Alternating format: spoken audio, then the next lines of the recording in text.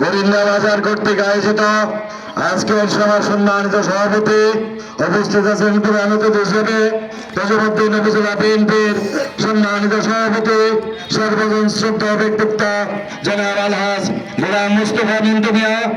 বিশেষ অতিথি হিসেবে উপস্থিত আছেন তজুমুদ্দিন উপজেলা বিএনপির সংগ্রামী সাধারণ সম্পাদক জনাব আলহাজ ওমর রশাদ মিন্টু মিয়া সহ বিএনপি ও অঙ্গ সহযোগী সংগঠনের নেতৃবৃন্দ ও সামনে বসা আমার প্রিয় ভাই ও বোনেরা, গোবিন্দা বাজারের মুরব্বিয়ান, আসসালামু আলাইকুম।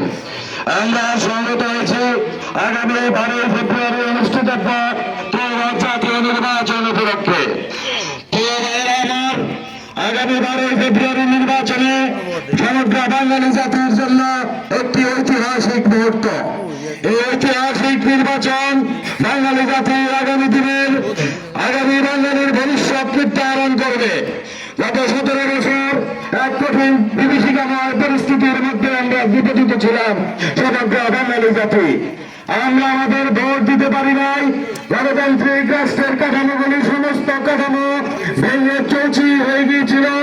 সেই অবস্থায় গত 24 আগস্ট এক ছাত্র জনতার গণ অভ্যুত্থান সংগঠিত হয়। সেই অভ্যুত্থানের মাধ্যমে আমরা আমাদের ভোটের অধিকার ফিরে পাই, যার প্রধান পদক্ষেপ আগামী 12 ফেব্রুয়ারি নির্বাচন। ভাইয়ের আমার, এই নির্বাচন জাতীয় আন্তর্জাতিক পর্যায়ে অনেক তাৎপর্য বহন করে। সেই বিষয় নিয়ে নাইবা কথা বললাম। আমাদের এই প্রত্যন্ত অঞ্চলের মানুষের ক্ষেত্রে যা প্রয়োজনীয় কয়েকটা বিষয় নিয়ে শুধু কথা বলবো। আমাদের এই অঞ্চলের নেতা, এই অঞ্চলের ধানের শীষের কান্ডারি, সাবেক এমপি, সাবেক মন্ত্রী, 71-এর রণাঙ্গনের যুদ্ধাহত বীর মুক্তিযোদ্ধা মেজর হাফিজউদ্দিন আহমেদ বীর বিক্রম, উনি প্রতিশ্রুতি দিয়েছেন এবারে নির্বাচনে বিজয় হতে পারলে আপনাদের এই বিচ্ছিন্ন যে চরাঞ্চলগুলি আছে সেই চরাঞ্চলের ফ্ল্যাগ ছবিগুলি প্রকৃত পরিবহনের মাঝে বন্দোবস্ত দেওয়া হবে। যা উনি 2001 সালে মন্ত্রী অবস্থায় ভেড়াদের উপরে হেঁটে হেঁটে ছিন্নমূল মানুষের মাঝে দিয়েছে।